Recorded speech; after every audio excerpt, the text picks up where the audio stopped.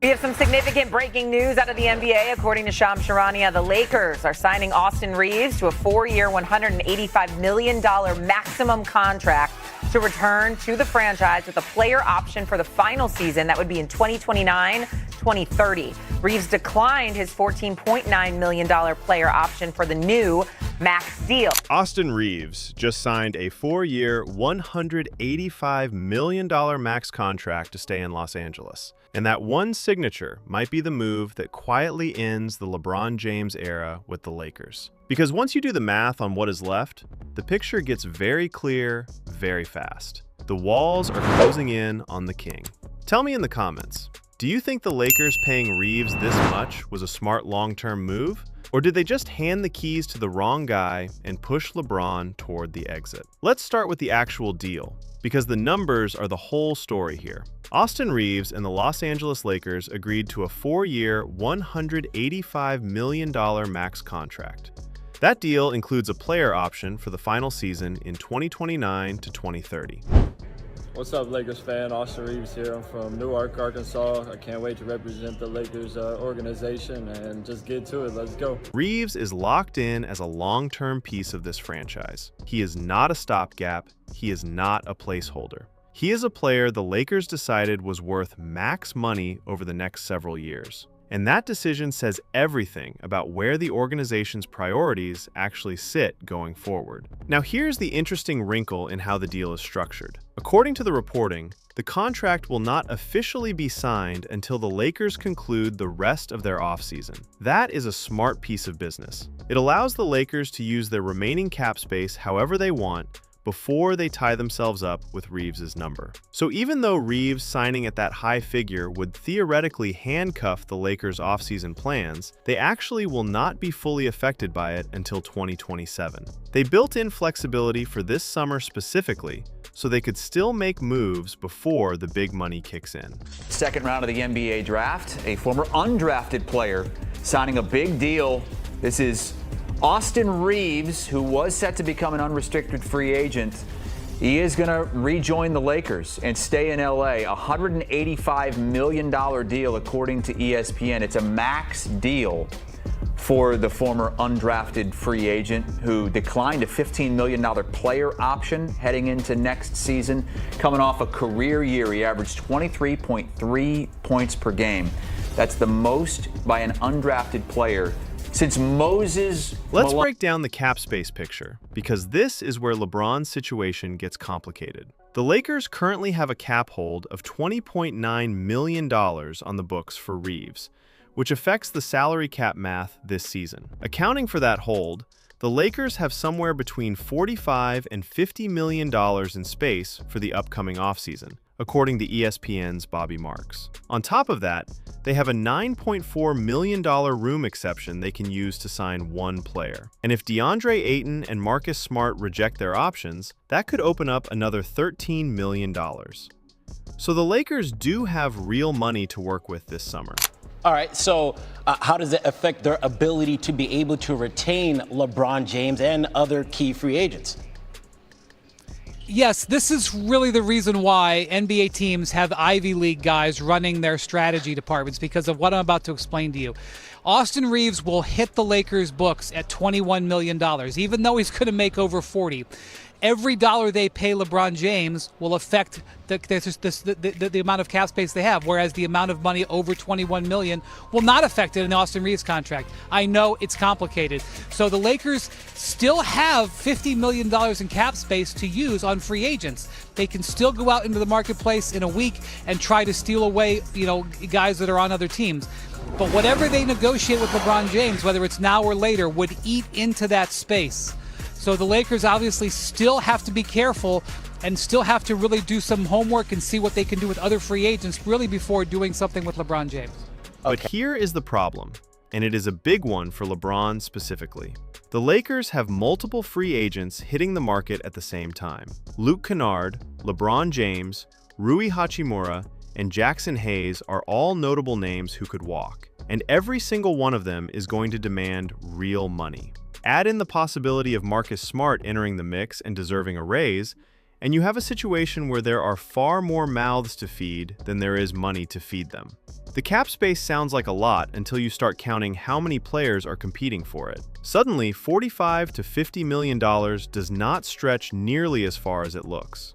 Now let's look at how Reaves' contract escalates, because this is the part that strangles the Lakers' future flexibility. In 2026 to 2027, Reaves earns $41.3 million. The next season, 2027 to 2028, it rises to $44.6 million. The year after that, 2028 to 2029, it settles at $47.9 million. And in the final year, with the player option, Reaves makes $51.2 million. That is a massive escalating commitment. It gives the Lakers room to operate this offseason, but it locks them into serious financial limitations going forward. The Reaves money is going to grow every single year, and that growth eats into everything else. And the Reaves number is not sitting on the books alone. Look at the other commitments. The Lakers owe Luka Doncic $53.4 million. They have Jared Vanderbilt at $12.2 million. They have Dalton Knecht, Bronny James, and Adu Tiero on their rookie contracts. So when you add Luka's $53.4 million to Reaves' escalating max deal, you already have two players eating up an enormous chunk of the cap before you even get to the question of LeBron. And that is the heart of the entire situation. The Lakers have committed their future to Luka and Reaves as the two-man financial foundation. There is simply not enough room left to add a $53 to $58 million contract for a 42-year-old on top of that. This is exactly the scenario that the insiders have been pointing to for weeks. The math was always going to come down to this. If the Lakers pay Reaves the kind of money that keeps him in town long-term, which they just did, then there is not enough money left for LeBron to feel respected by the number the Lakers can offer him. And once LeBron does not feel respected by the number, the conversation shifts to him going somewhere else. The Reaves deal did not just secure Reaves, it quietly closed the door on the Lakers' ability to give LeBron a max contract while still building a real roster. You cannot pay Luka $53 million, pay Reaves an escalating max, fill out the rest of your free agents, and hand LeBron a near-max deal. The cap does not work that way. Something has to give, and a thing that gives is LeBron. Here is why this is actually the responsible move for the Lakers, even though LeBron fans are going to hate it. The Lakers had a decision to make about who their long-term cornerstones were going to be. They chose Luka and Reaves. Both of those players are young enough to grow with the franchise. Luka is the foundation. Reaves is a player who fits next to him, gives them perimeter scoring and playmaking, and is not at the back end of his career. Investing max money in those two makes basketball sense, because you are investing in players who will still be productive when the money is at its highest. Investing that same money in a 42-year-old does not make sense, because you would be paying peak dollars for a player whose production is going to decline every single year of the deal.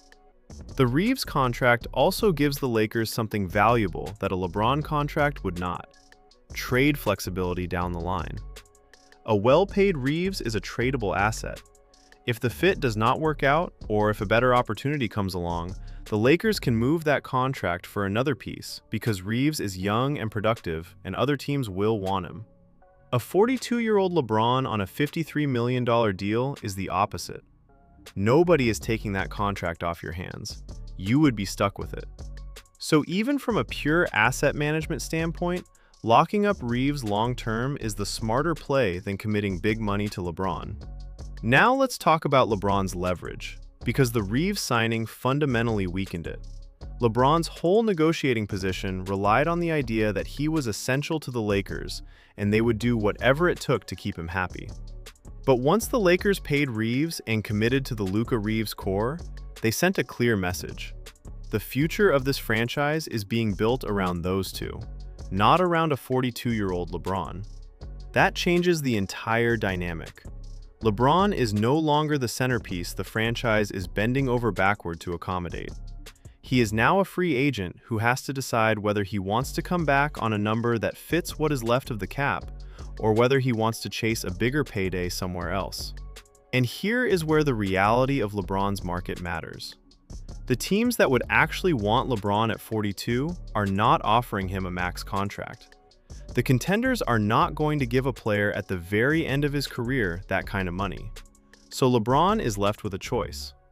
He can take a reasonable number to stay with the Lakers and chase one more ring next to Luka, or he can go to one of the rebuilding teams at the bottom of the league that might pay him for the ticket sales and the marketing value. Some struggling franchise might genuinely do that, because his name still sells jerseys and fills seats. But that is not a championship situation. That is a money situation. And LeBron would have to decide which one matters more to him at this stage. The Bronny piece is worth mentioning here too, because it complicates LeBron's decision. Bronny is on the Lakers on a rookie contract. If LeBron leaves Los Angeles, the whole father-son storyline that kept Bronny on the roster gets murkier. Bronny's value to the organization was always tied to his father being in the building.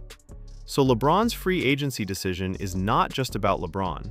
It is tangled up with what happens to his son's situation too.